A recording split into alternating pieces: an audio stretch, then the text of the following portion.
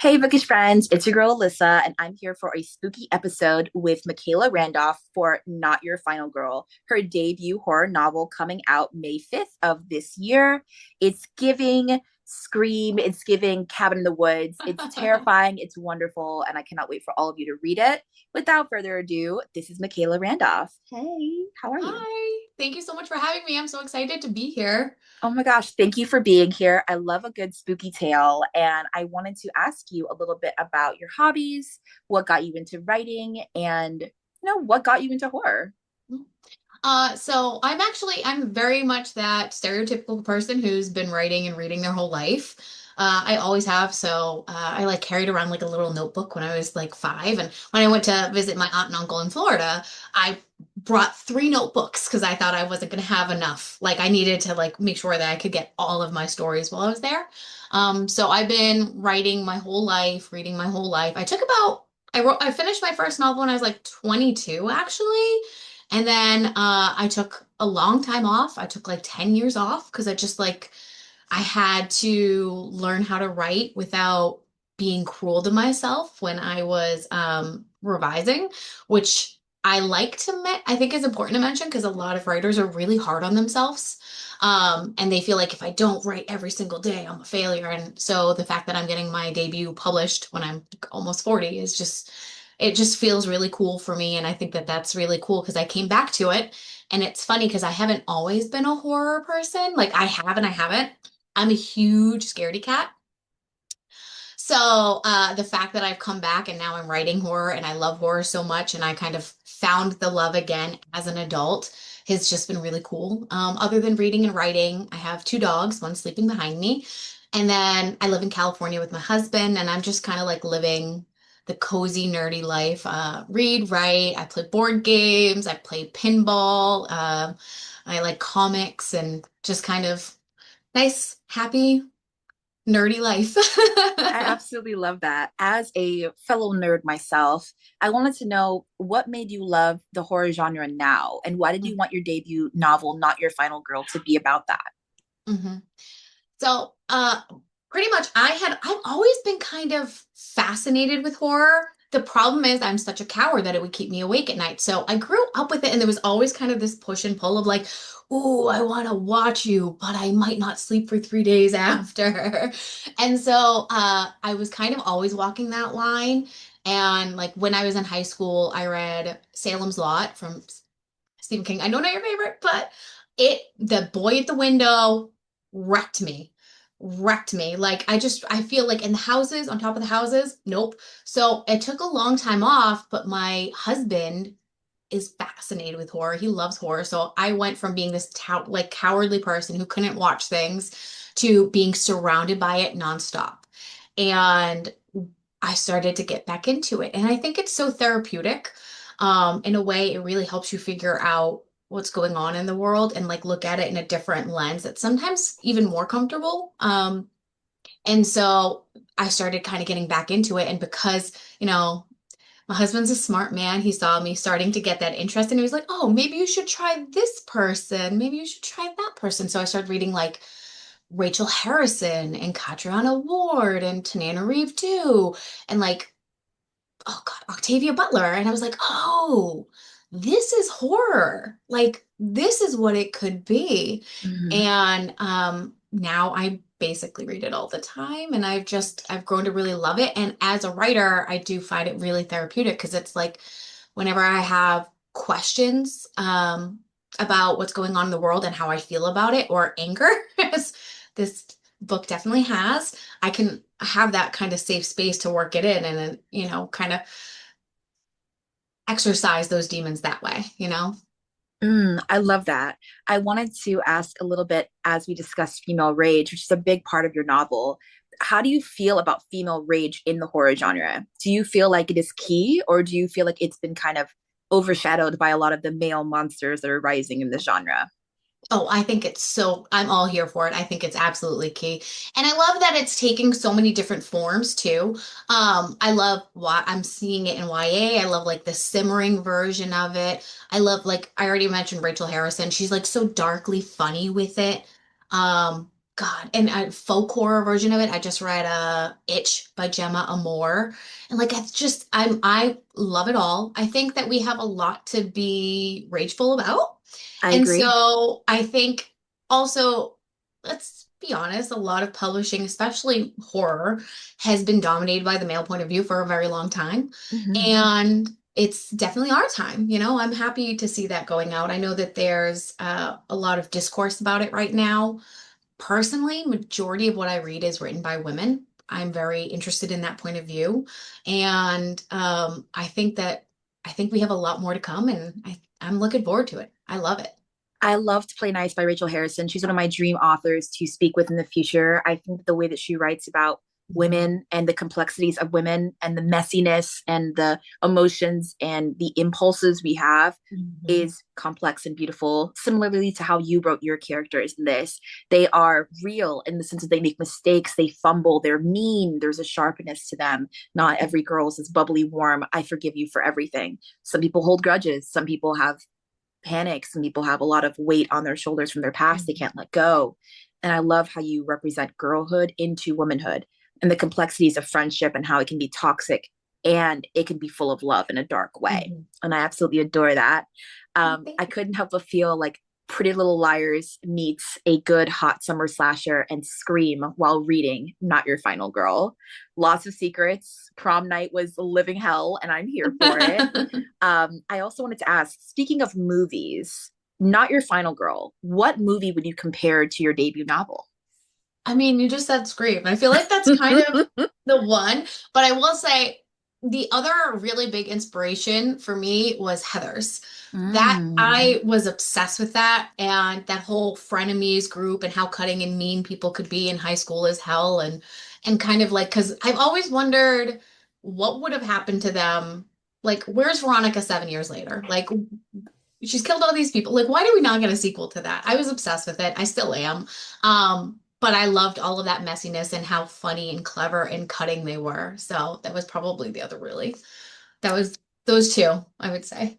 I will say FB Softly with a Chainsaw Oh my is God. iconic. Also, you I killed love your it. arch nemesis and my best friend. Same Same difference. difference. The slushies. I love Heather's so much. What I wouldn't have given to watch the movie the first time again. Oh yeah. Jawbreakers is something else I kind of got the energy of from your book.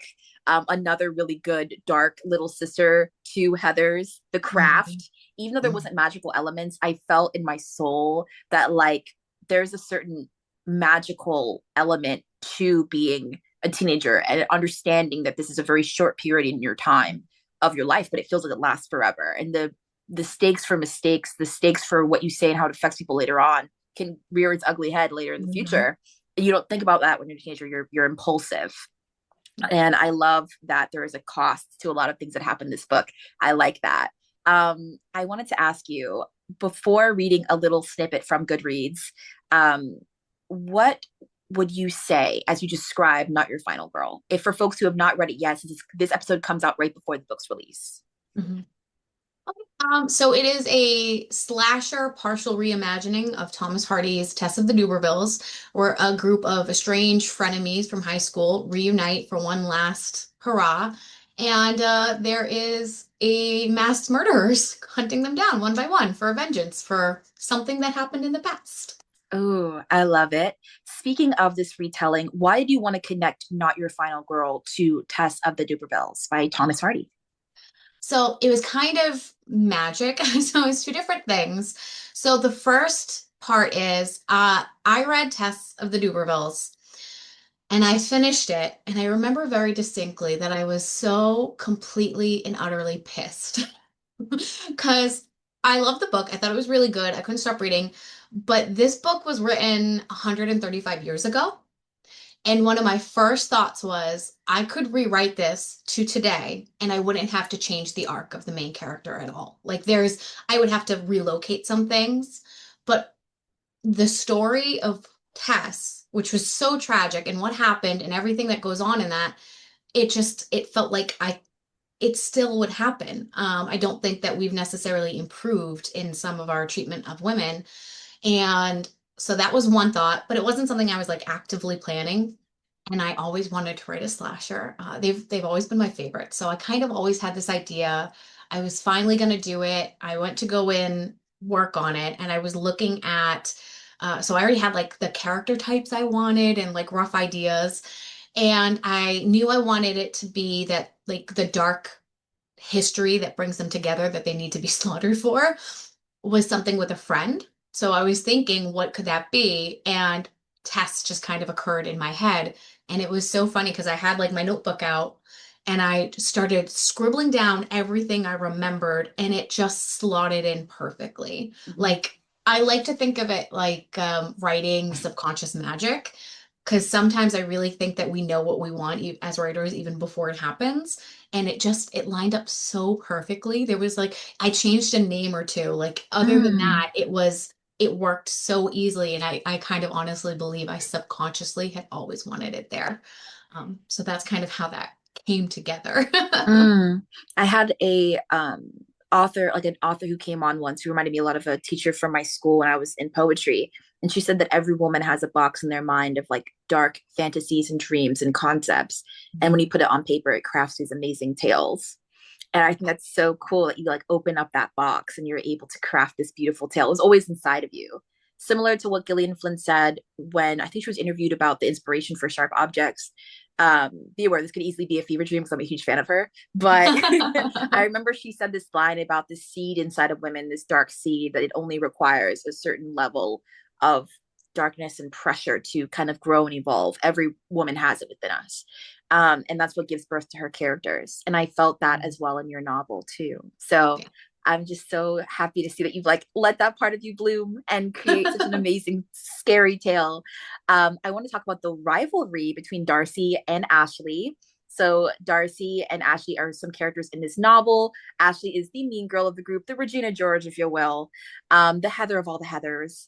They are at the heart of this story, along with many secrets and spooky moments. Why did you want to flesh out these characters, specifically this relationship?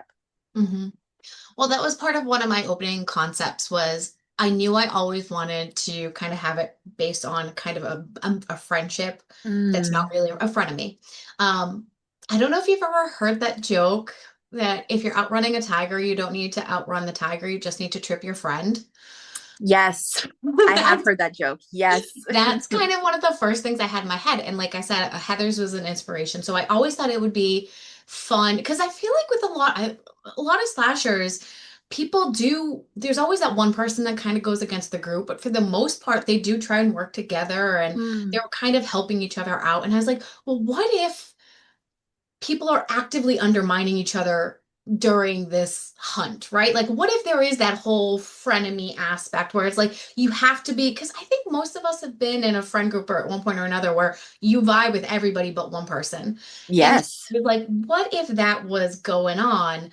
And so that was one of the big jumps that I had. But then I also really love when you have characters that maybe dislike each other and that definitely seem oppositional but then they actually have a lot more in common than they realize, or they have, as much as they would never admit it, the other person has a lot of they're right, right? Because there's nothing worse than admitting the person you can't stand is right about something. True. So, like I always was attracted to that, and one of the big things I wanted to explore in this novel was what it means to be a final girl, how society kind of wants to cast us in these roles and will often share our demise. And so I really wanted to have multiple point of views Mm. and kind of examining what that means for different people. And with Ashley and Darcy, it was such a perfect example because they're looking at things so differently. Um, and they're both right in many ways. And they're hating each other for what society has done to them and how they've been Mm. pitted against each other. And if they ever actually really stopped and had a real conversation and actually was willing to admit that, who knows what would have happened? So I thought that was kind of a fun way of examining all of these different aspects of what it is to be a woman, the struggle it is, and how different it can vary from one person to the next. Would you mind sharing your favorite quote or line from the novel with listeners? Okay.